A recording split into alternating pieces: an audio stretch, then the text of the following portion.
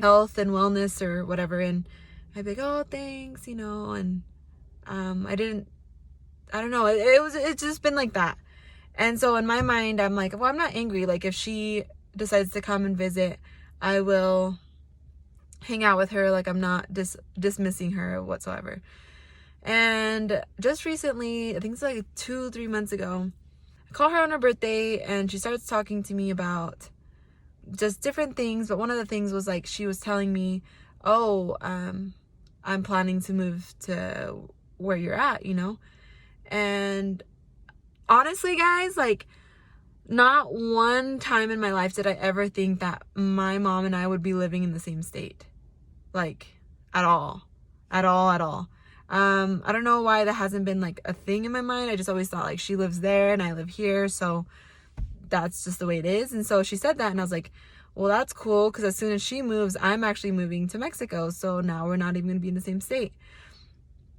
Anyway, she told me that, and then blah blah blah, months go by, and now it's kind of like something different. Like, maybe she's not gonna come move, or I don't know, just something like that. This whole situation was trying to give you like a perspective of my mom and I's dynamic. And when I work with clients and just people in general, they all, they've all said, I've forgiven my mom, I've forgiven my dad. I'm not saying that you haven't 100%. I'm just telling you my journey, my part, where as much as I know, as much as I try to heal, as many therapists as I've like gone through and everything like that, there's different stages of forgiveness, there's different stages of grieving, just as there's different stages of love, there's different, like, there's stages. My sister, I think she likes to call it seasons. There's seasons of, certain things, and the stages of forgiveness, I think I surfaced forgave her. Now we're here, and what we got to with my EMDR therapist was, I told her, I don't think I've ever grieved. And she's like, well, let's start with your mom. Have you ever grieved the abandonment? And I haven't, because being the youngest, feel it as hard maybe. I had 4 sisters and 2 brothers taking care of me, and my one sister, took on the role of mom, so I didn't necessarily fill that void. My EMDR therapist said, what are you not accepting of this relationship with your mom? What are you not accepting? And I was like, I don't know. I told her, I don't feel like I'm wanted by her. And she said,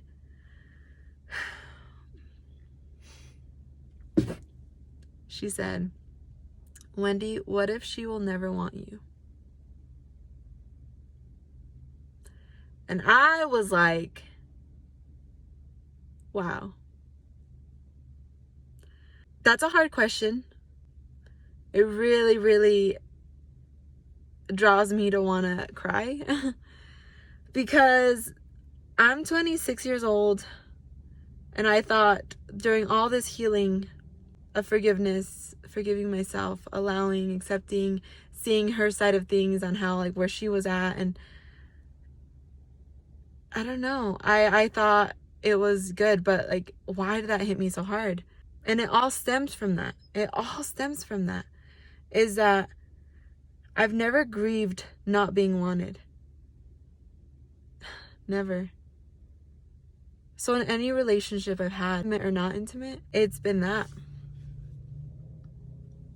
And when I feel that person or the relationship, I don't feel like wanted in it, do anything possible to get that feeling back. With breakups, usually trying to control the breakup so that I feel wanted during the whole time, or asking people the same thing so that they could tell me what I want to hear, so I could feel that want from them, that,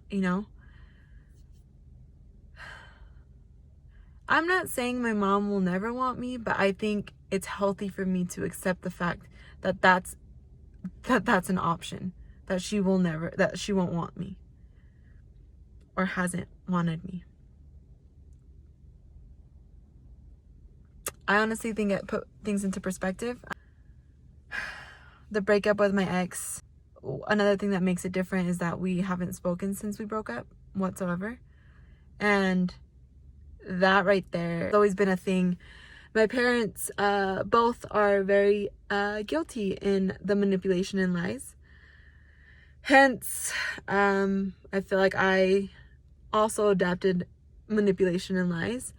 So I'm not saying they're awful people, but journey through love was, I was used to people saying things, not meaning it, making me feel better, and then their actions spoke completely different. And so this specific partner that I had, when we broke up, said, you know, I love you, and now no longer talks to me. So in my brain capacity, I'm like, that doesn't line up.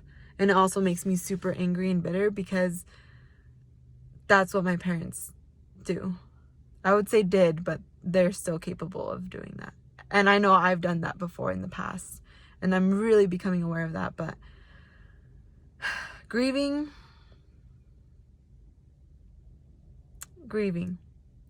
The advice that was given to me was to write down everybody that I haven't allowed myself to grieve, and what things I won't accept or I haven't accepted from them. My dad and I's relationship is, I don't feel heard by him. I don't feel listened to or validated or valued or important. And so to grieve the fact that he may never listen to me, he may never validate me, and accept that.